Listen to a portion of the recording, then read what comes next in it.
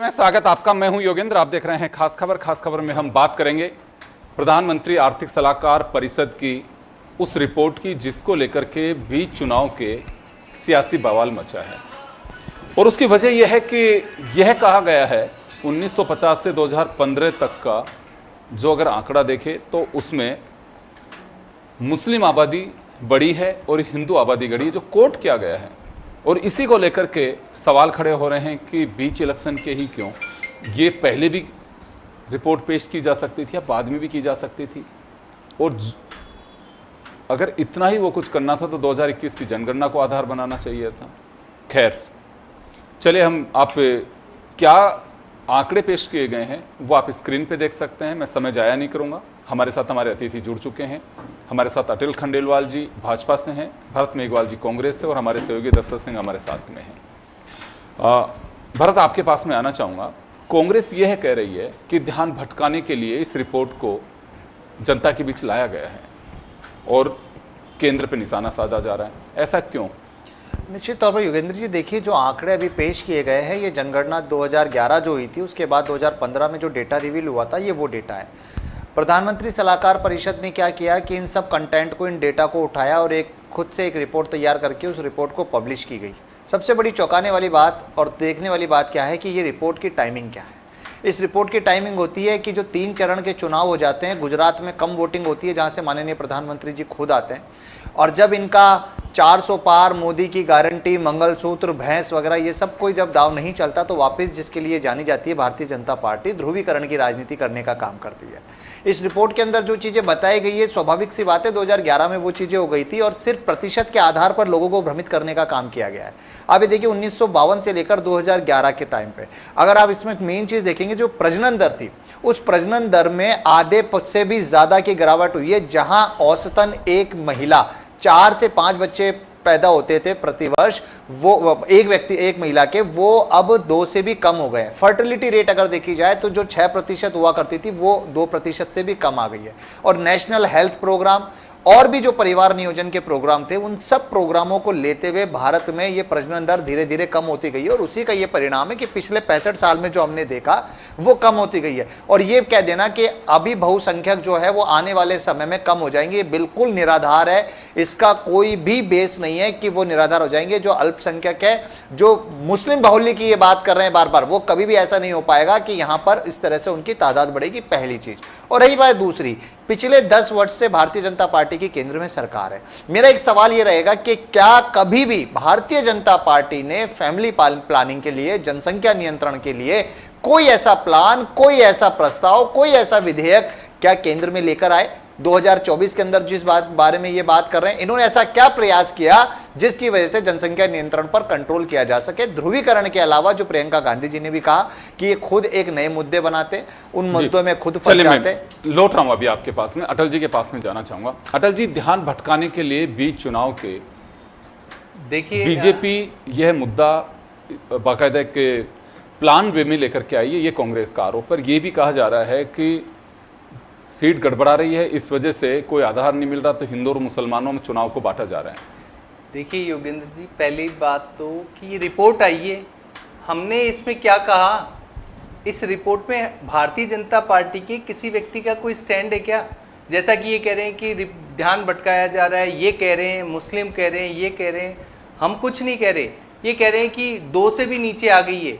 किसकी आ गई? हिंदुओं की आई है 1.8, मुस्लिमों की नहीं आई है। 2.1 है हिंदू की, 2.1 है हिंदू की और 2.6 है मुस्लिम। डेटा के साथ बैठा हूं मैं, आपको क्लियर कर दूंगा, डेटा के साथ हूं, क्लियर कर दूंगा आपको। है डेटा वो ये है, इसको करेक्ट कर लेना आप। डेटा के साथ हूं मैं।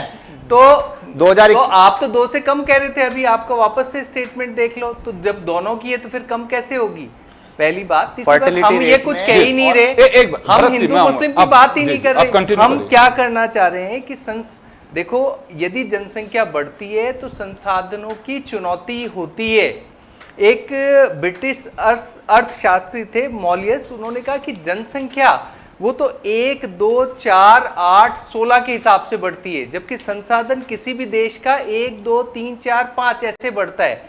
और संसाधनों का विकेंद्रीकरण, देखिए जनसंख्या बढ़ने से क्या क्या होगा? संसाधनों का इश्यू हो जाएगा, लाइफ की क्वालिटी है जो कि एक देश दे पाता है, स्वास्थ्य दे पाता है, शिक्षा दे पाता है, आवास दे पाता है, वो उसमें इशू खड़ा हो जाएगा। तीसरा डेमोग्राफी, बहुत सारी जगह डेमोग्राफी चेंज हो जाएगी। तो हम तो इस तरह की कोई बात ही नहीं कर रहे जिस तरह की कांग्रेस कर रही है। इन्हीं के लोग भाषा के नाम पे लड़वा देते हैं। इनके सैम पित्रोदा अंकल है, वो तो अब देखिए आप, रेसिज्म के नाम पे, कलर के नाम पे लड़वाने लग गए, साउथ को अफ्रीकन कहने लग गए।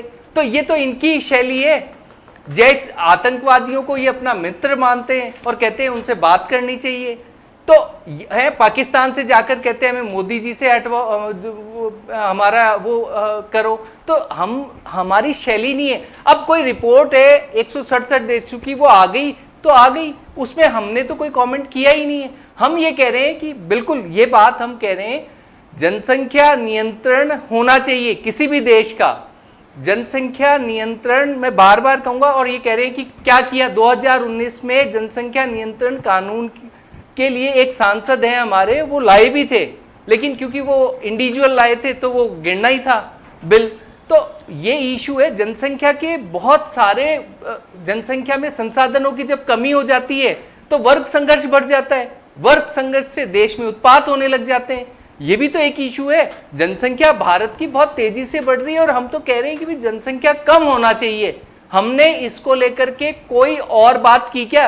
अब ये खुद ही डरे हुए हैं, सहमे हुए हैं, और ये कभी कुछ बात करते हैं, कभी कुछ करते हैं। हम तो आज भी कह रहे हैं 400 पार है, तो हम तो आज भी कह रहे हैं कि 400 पार ही आने वाली है। ये क्यों? कोई एजेंडा तो हो इनका। ये देश को ले जाने कहां वाले हैं? हम तो कह रहे हैं हम भारतीय संस्कृति को आगे बढ़ाना चाहते हैं। हम ये भी कह रहे हैं कि हम विकसित राष्ट्र बनाना चाहते हैं। ये सब, लेकिन ये चर्चा कम है। 400 पार विकसित राष्ट्र की चर्चाओं से ज्यादा इस समय हिंदू और मुसलमानों की चर्चाएं दोनों ही तरफ से मैं देख रहा हूं। चलिए मैं वापस लौटूंगा, दशरथ है हमारे साथ में। दशरथ, क्या रिएक्शन है वैसे पब्लिक का बीच चुनाव के इस रिपोर्ट को लेके? देखिए, निश्चित तौर पर अगर चुनाव होते हैं और चुनाव में इस तरह की चीजें हमने पहले भी देखा, 2014, 2018 कोई भी इलेक्शन होता है, इस तरह की चीजें। अटल जी ने ये कहा कि बीजेपी की तरफ से इस रिपोर्ट को लेकर कोई बयान नहीं आया। तो मैं उनको बता दूं, गिरिराज सिंह का एक बयान आया है, इसमें उन्होंने कहा कि भारत को इस्लामिक स्टेट बनाना चाहती है कांग्रेस। मुख्य मुद्दा हिंदू और मुस्लिम के बीच, अगर कांग्रेस की बात करें, बीजेपी की बात करें, तो ये एक बड़ा सवाल इसी बात को लेकर है कि बीच चुनाव में जब इस तरह के मुद्दे उठाए जाते हैं, निस्संदेह उसका असर जनता पे पड़ता है।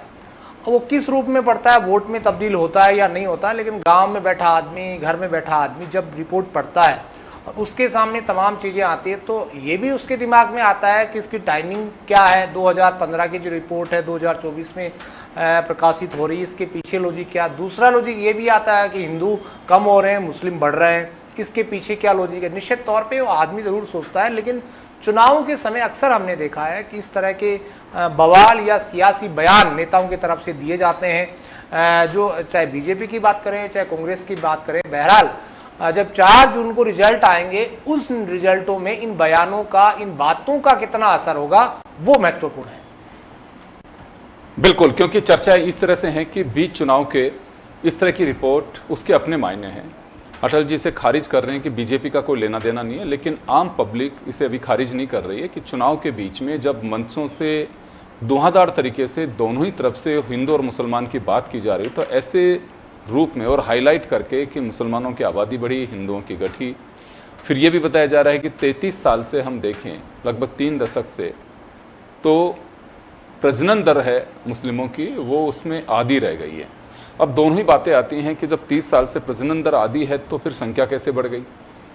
कुछ लोग ये भी सवाल कर रहे हैं खड़े कि इस पे सरकार को स्पष्ट रुख अपनाना चाहिए कि ये बीच इसके क्यों लेकर के आए गए हैं।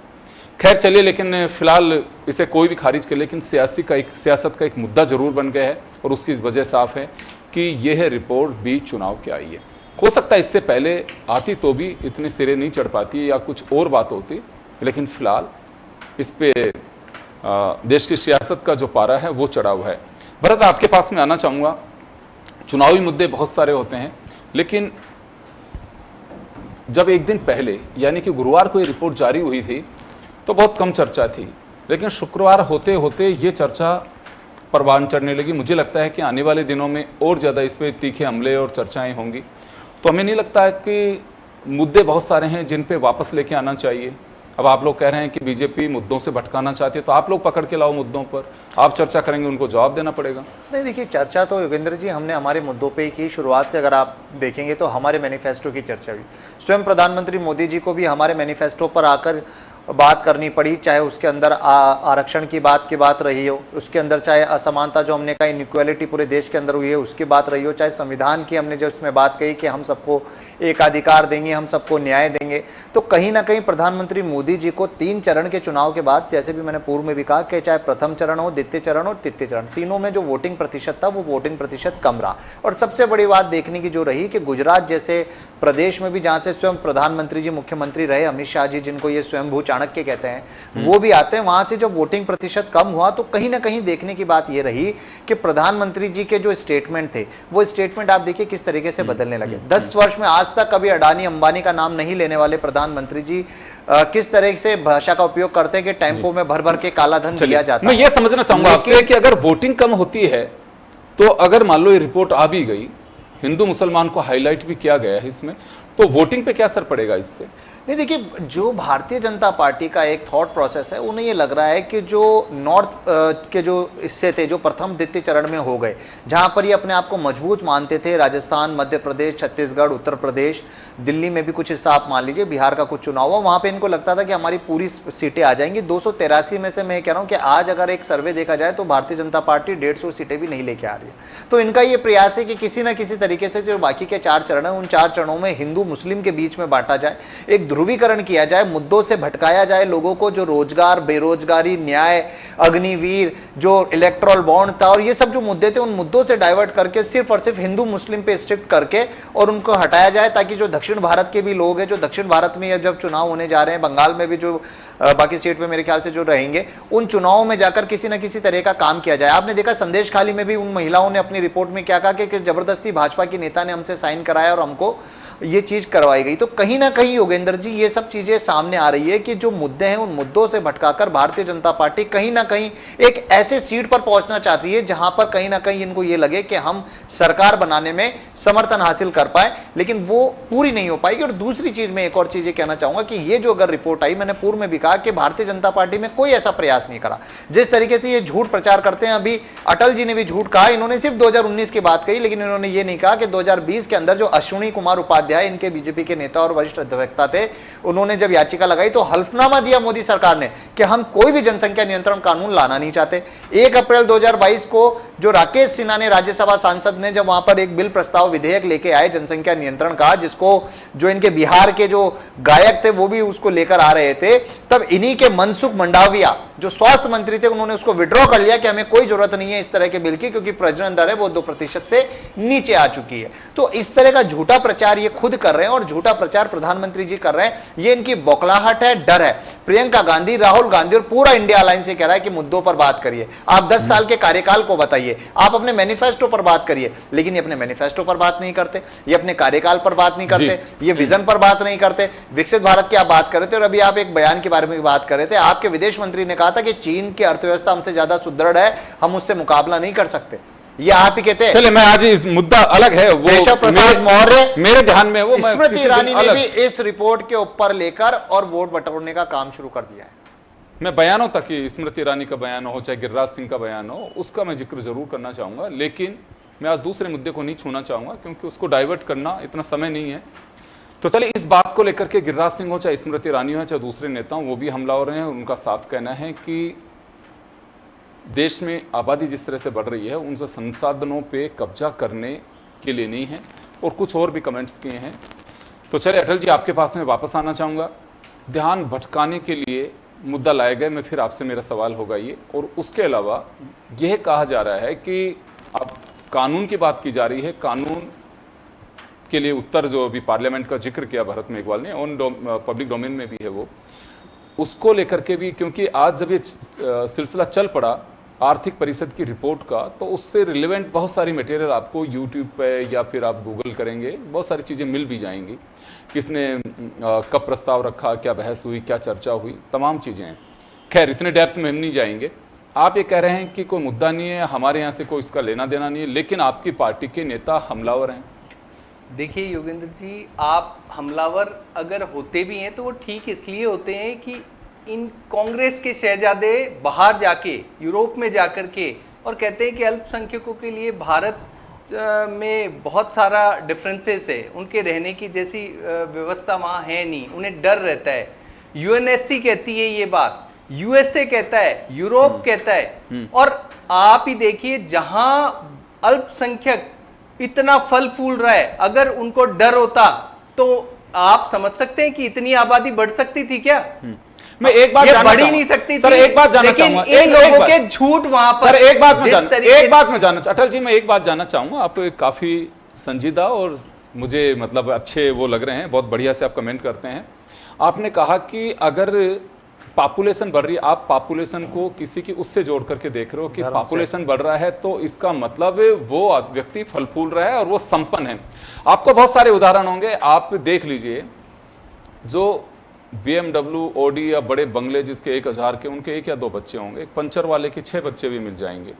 तो हम कैसे आप मतलब इसको मैं समझ नहीं पा रहा आपकी बात को ऐसे मतलब बच्चों से संपन्नता का क्या संबंध आ गया? नहीं, आपने इसको गलत तरीके से नहीं, मैंने नहीं कहा, आपने कहा, मैं तो उस हिसाब से पूछ रहा हूं इस बात पे कि ये इनकी जो पॉपुलेशन बढ़ रही है वो इस कारण से बढ़ रही है कि भारत इनको अच्छा देश लगता है, सुरक्षित देश लगता है।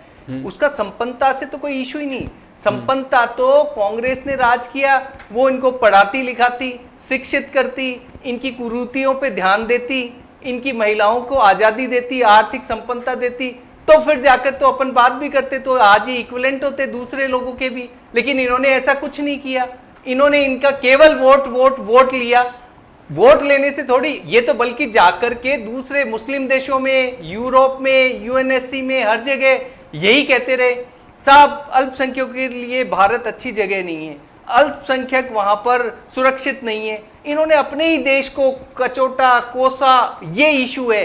आज हम क्या कह रहे हैं? हम तो कह रहे हैं, आप ऐसे समझिए, जब जनसंख्या ज्यादा होती है किसी भी उसकी, तो संपन्नता कम आती है। जनसंख्या ज्यादा होने से संसाधन तो बट ही जाते हैं ना, पहली बात। दूसरी बात, हम इसके देखो, जब डिबेट है तो इसके उपाय भी हम तो कह रहे हैं कि भी महिलाओं की आबादी को बढ़ाने। मेरा एक सवाल है, चलिए आप सवाल कर लीजिए। अटल जी को तकलीफ जनसंख्या बढ़ने से है या मुसलमानों की जनसंख्या बढ़ने से? इसका एक जवाब दोनों देखो, नहीं आप क्लियर बताएं। बहुत क्लियर, जनसंख्या बढ़ने से है या मुसलमानों से बढ़ने से? कतई नहीं, मेरे को जनसंख्या बढ़ने से दिक्कत है, कतई नहीं है। मुसलमानों की बात बिल्कुल कहना ही नहीं चाहता, मुसलमानों की बात इस विषय पे बात ही नहीं करना चाह रहा। मुसलमानों के लिए ये चला के आप लोग कर रहे हो, देखो आप कर रहे हो ना, मैं तो कुछ भी नहीं कहा। आपके स्टेटमेंट मैं तो ये कह रहा हूं, योगेंद्र जी ने मेरे से सवाल पूछा कि जनसंख्या और संपन्नता का कोई रिलेशन है क्या, तो मैंने इनसे कहा बल्कि जनसंख्या और संपन्नता विपरीत हैं। अगर जनसंख्या ज्यादा होती है तो संसाधन जो है वो बट जाते हैं, और इन लोगों के अंदर यदि कुरीतियां सही समय पे ठीक की जाती तो जनसंख्या पे भी कंट्रोल होता और ये लोग भी संपन्न होते, और होना भी चाहिए। इनको शिक्षित किया जाता। आज भारत में अगर आप सारी ही जो अलग अलग रिलीजन है उसमें आप अगर संपन्नता की बात करोगे तो भी इन लोगों की कमी है, अगर शिक्षा की बात करोगे तो भी कमी है, और अगर इनकी कुरीतियों की बात करोगी तो किसी ने ध्यान ही नहीं दिया, टच भी नहीं करने दिया। आज मोदी जी ने 3 तलाक ये सब पर बात की और करके उसे संसद में पेश करके हटाया।